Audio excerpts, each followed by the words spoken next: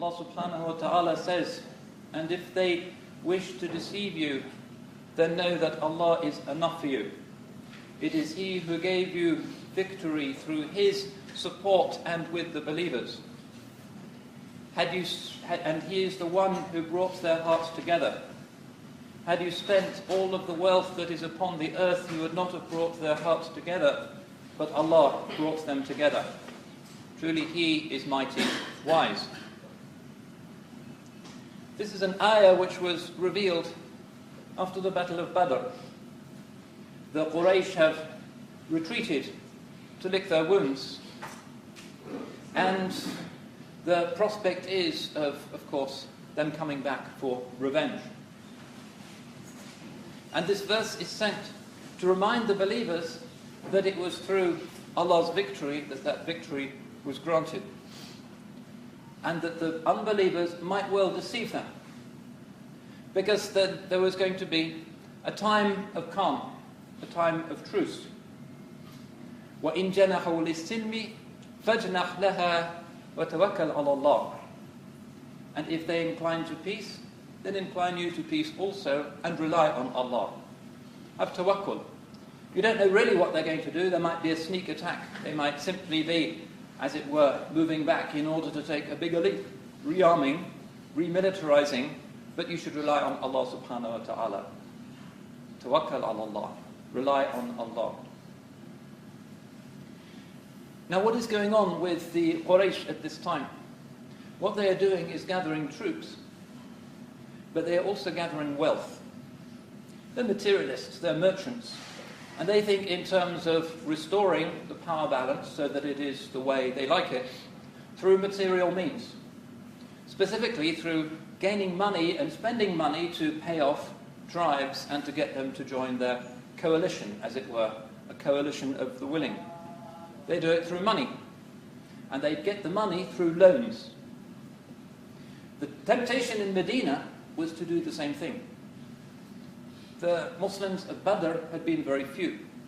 The possibility of acquiring the kind of wealth that would bring in auxiliaries from the desert in order to strengthen their forces was very limited. But in these verses, Allah subhanahu wa ta'ala is telling them to rely on Him. And many of the verses to do with riba are also from this period. يَا أَيُّهَا الَّذِينَ آمَنُوا لَا تَأْكُلُوا الرِّبَا أَضْعَافًا مُضَاعَفًا.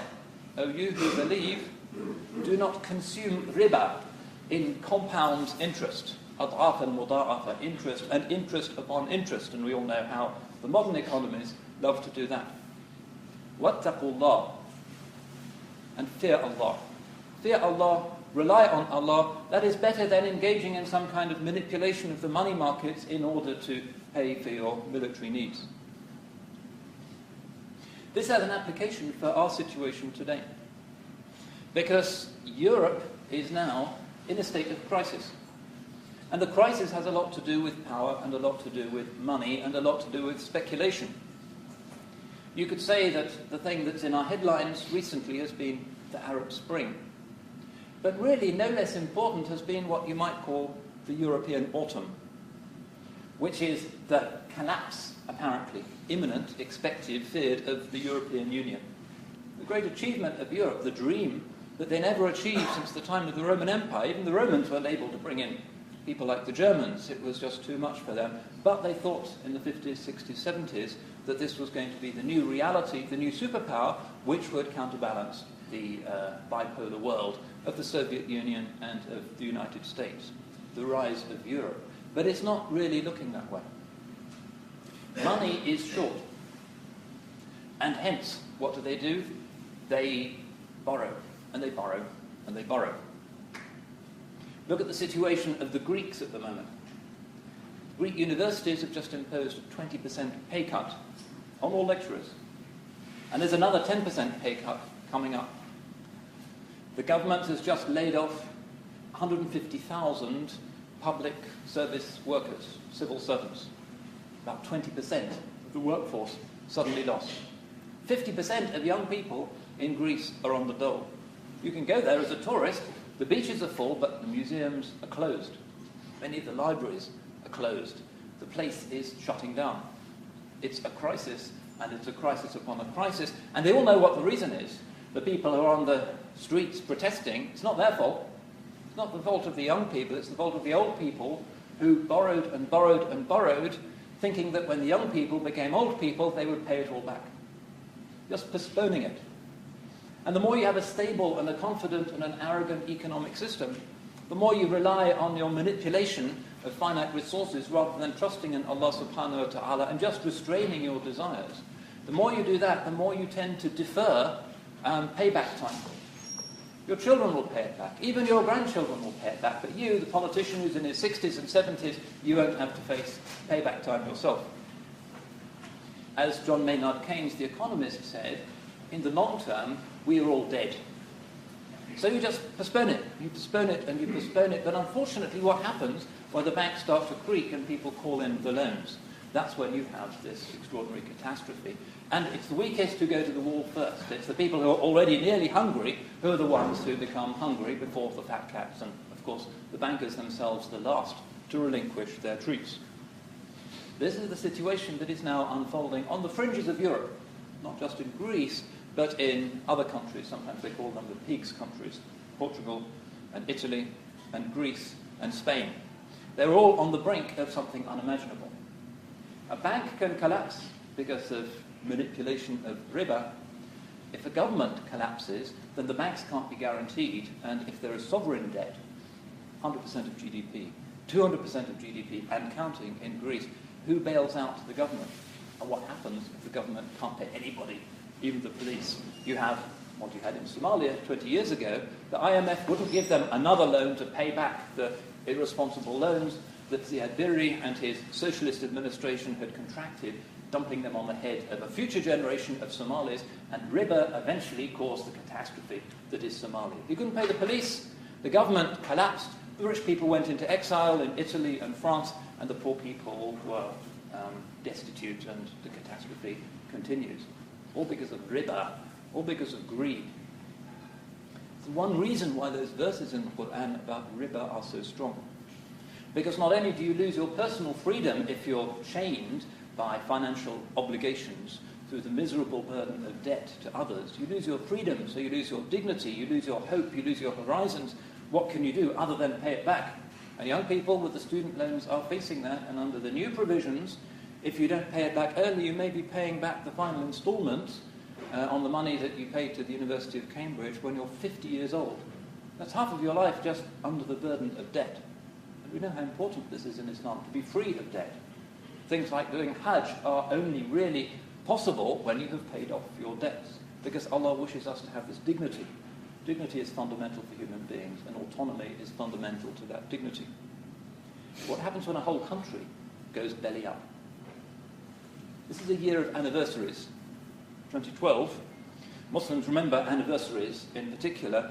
1912, the Balkan Wars, the final collapse of Islam in Europe, with everybody invading simultaneously and the European powers sort of looking the other way and pretending that they weren't terribly interested.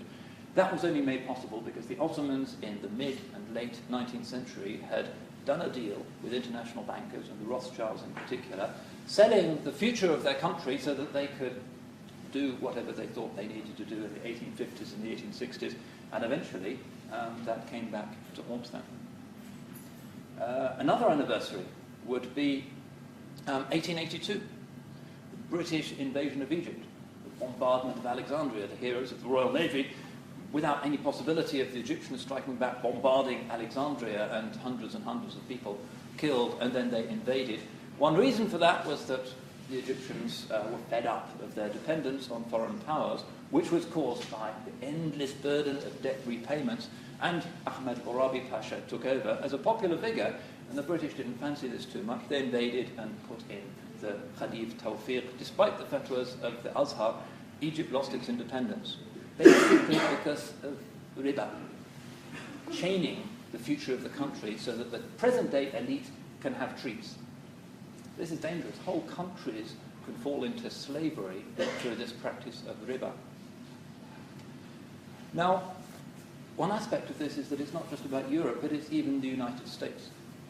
What are the long-term consequences of a lot of wars? The Quraysh had to pay heavily for their wars against Medina, Americans are paying very heavily for their various wars. Iraq cost 3 trillion, 4 trillion, depending on what you think it cost.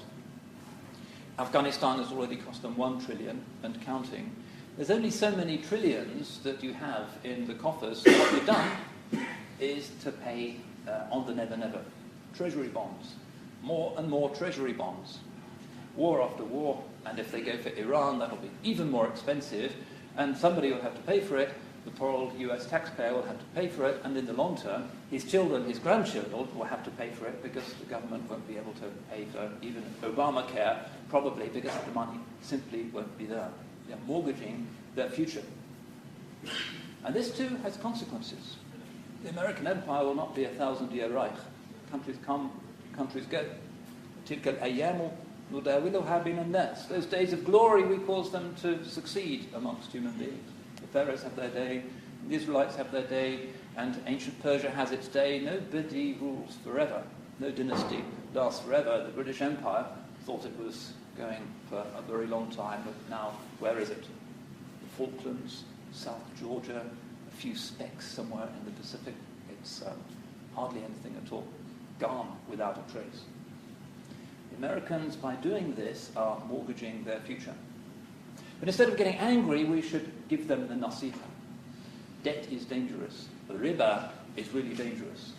Don't burden your children with such burdens that eventually they rebel. You don't know what the consequences of that might be.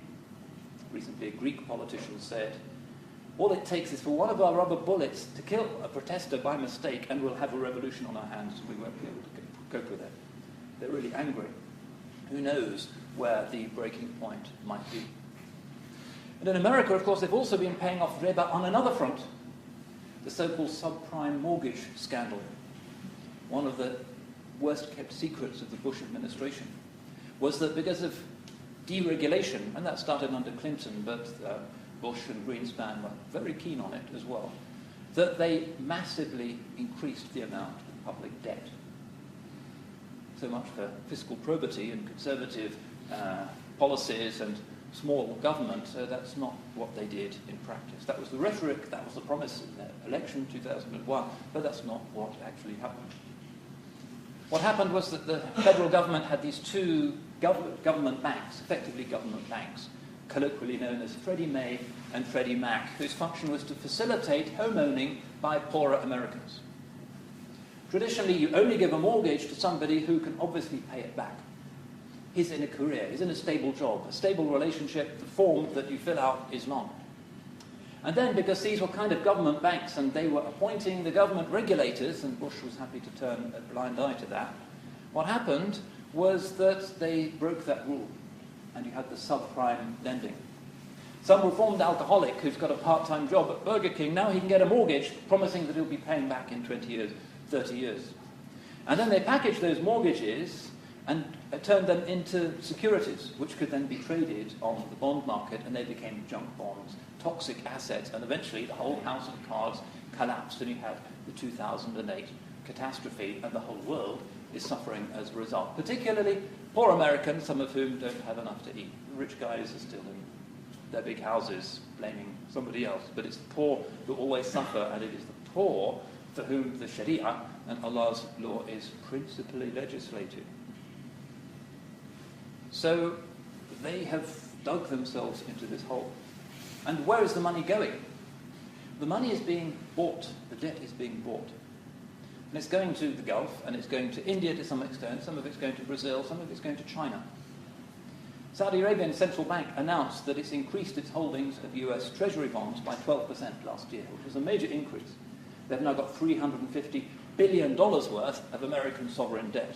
And at 3.8% interest, that's pretty good. Increasingly, the Saudi economy is propelled by the interest payments that are caused by the fact that they're buying so many US Treasury bonds. It's 350 billion is significant. In China, they have even more. So it's been calculated that in just 3 years' time, 2015, they will be receiving so many interest payments from, ultimately, the US taxpayer, that the entire budget of the Chinese armed forces will be paid for by the US taxpayer. The People's Liberation Army subsidized completely, a free gift from the people of the United States. That wasn't really what was supposed to happen. Again, you see the loss of sovereignty. China is moving up. They have very few mortgages. They're not affected by this crisis. And the other countries that are going down are the countries that were hooked by the bait of riba. But back to Europe, finally. America may not fragment the rich states, the poor states, but Europe is starting to do that. The myth of the European Union. Remember what the Holy Prophet ﷺ is doing. The Quraysh spent all that they could in order to try and get the tribes to gang up on Medina, and ultimately it failed. They had been freaked out by the spectacle of the Muslim army at Badr, because the tribes weren't even together, they were all mixed up together. And the Muhajirin and the Ansar, it blew their minds. No such thing had ever been seen in Arabia. لو أنفقت ما في الأرض, if you spent everything that is upon the earth, you ما ألفت بين قلوبهم, you couldn't bring together their hearts. For thousands upon thousands of years, they've been at each other's throats. There's been no law in Arabia, it's just every tribe for itself. And now, fighting together against the top dogs of Makkah, the Quraysh. Very strange. But it worked, and it worked without riba. How did it work? Because of this ta'lif al-qulub, this unity of the hearts. And let's just remember, as a final point, that too almost started to unravel after the death of the Holy Prophet sallallahu alaihi wasallam. One of his many staggering achievements was uniting those people through faith. Faith in Allah subhanahu wa ta'ala, who is so above tribes that tribe means nothing in his eyes or in the eyes of those who are worshipping together, equally in the masjid of the Prophet sallallahu alaihi wasallam. Tribalism obliterated. People still had the surnames, but it meant nothing in the eyes of the new Sharia, whereas before their conversion it had been the center of their identity, suddenly erased. After his death sallallahu alaihi wasallam, we find the three heroes, Abu Bakr and Umar and Abu Ubaidah ibn al-Jarrah. They're in the mosque, and the tragedy of the Prophet's death has been announced. Abu Bakr goes in and he sees the Holy Prophet sallallahu alaihi wasallam dead, and he kisses him on the cheeks, and he said, "Ma atyabaka ya Rasulullah hayyan wa mayta." How pure you are, a messenger of God, living and dead. And he leaves his family to deal with the washing and the burial. And he has heard that some political catastrophe is happening elsewhere in Medina. Unity is starting to fray. Another group of the believers has met in a place called the Saqifa of the Bani Sa'ida, which is a kind of veranda a few hundred meters away in Medina, and it's mainly the Ansar, and they're starting to divide along tribal lines. The old tribes of Aus, led by Usayd ibn Hudayr, and the tribe of Khazraj, led by Sa'ad ibn Ubadah, and they are saying, people of Makkah, Muhajirin, they can have their Amir, but we want to be independent now with our tribes. وَمِنَّا Amir, we will also have an Amir. So the three men make haste to that place, and they have to be there in time before they appoint an Amir, and the old tribal ways come back. And they get there just in time. And there's famous speeches. In Abu Bakr gives a speech. And many of the Khazraj are doubtful. But Sayyidina Umar saves the day. Radiallahu anhu. Ubsut yadak ya Rasulullah. He's a big man with a big voice. Everybody can hear, although there's maybe 1,000 people there. Ubsut yadak ya Rasulullah. Put out your hand. Ubsut yadak ya Abu Bakr. Put out your hand, O Abu Bakr. Fala ubayi'uk. And I shall pledge my allegiance to you. And he does it. For Bay'ahu Umar. And he makes a speech about the greatness of Abu Bakr and the need for the Muslims to stay together. And then Abu Ubaidah ibn al-Jarrah also does so. He's one of the Mubashirin bil Jannah, one of the great ones of the Sahaba. And by force of character and by reminding these people, these tribal people, of the need for the Muslims to stay together, they win the day. And the unity of the Ummah is preserved. And some of the tribes do rebel in Central Arabia and in Yemen and elsewhere, but still, such is the energy generated by the revolution of Allah's Messenger that they stay together, and money is not entering into the operation in any significant way. It's this ta'lif al-qulub, the unification of the heart, which was one of the greatest legacies of Allah's Messenger sallallahu alayhi wasallam. So we need to remember this as people in Muslim countries start to fly apart. Tribes in Yemen, tribes in Libya, sects here and there, we need to remember this basic principle of unity. And however much we may think we can pay people off, unless there is this sense of Muslim unity, we will just start to go the way that the European Union is going and that other countries are going. We will effectively have become people of the Jahiliyyah again. And may Allah subhanahu wa ta'ala, with His love for the Ummah, protect us from that. أقول قولي هذا وأستغفر الله لي ولكم ولسائر المسلمين إنه هو الغفور الرحيم.